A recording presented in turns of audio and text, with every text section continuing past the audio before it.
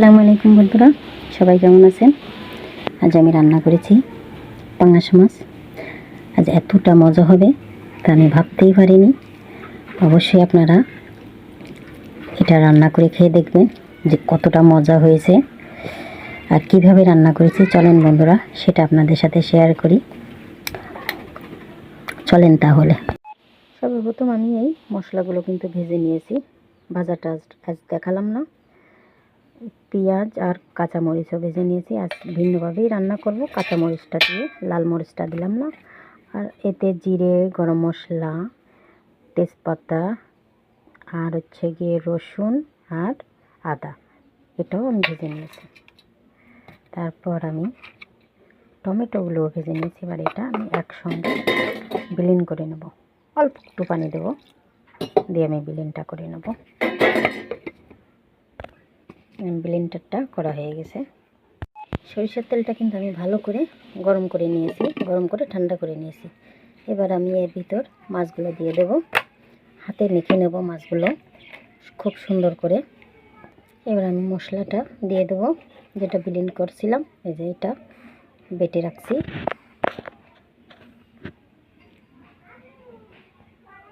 মশলাটা দিয়ে দিছি।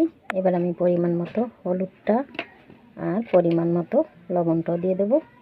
দিয়ে আমি ভালো করে মাছের সঙ্গে সময় নিয়ে এটা মাখাবো, অনেক সময় নিয়ে। তাহলে ফ্লেভারটাও খুব সুন্দর আসবে। দেখবেন আপনি অনেক সময় নিয়ে মাখাবেন।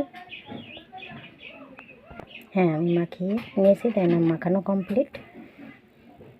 এবার আমি 4টে কাঁচা জল দিয়ে দিলাম আর ব্লেন্ডার ধোয়া পানিটাও দিয়ে দিচ্ছি।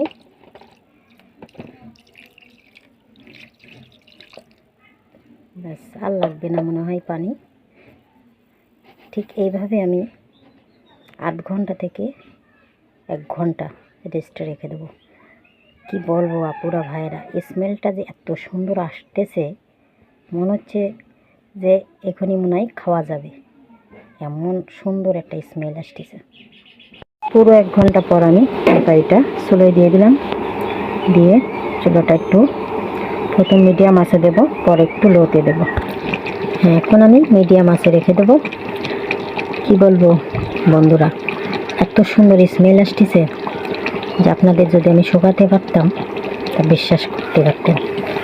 খুব সুন্দর একটা স্মেল আসতেছে। তো এইভাবে আমি আরও 10-15 মিনিট রান্না করে নেব। আমার রান্নাটা হয়ে গেছে বন্ধুরা, দেখেন কতটা সুন্দর হয়েছে, দেখছেন? তো বন্ধুরা, আমার প্রতিদিনের ভিডিও দেখার জন্য অবশ্যই আমার চ্যানেলটা সাবস্ক্রাইব করতে হবে। তো অবশ্যই সাবস্ক্রাইব করে দিন। প্রতিদিন নিত্য নতুন ভিডিও পাওয়ার জন্য পাশে থাকা বেল আইকনটি বাজিয়ে দিন। তো আজ এই পর্যন্তই। ভালো থাকবেন সবাই। আল্লাহ হাফেজ।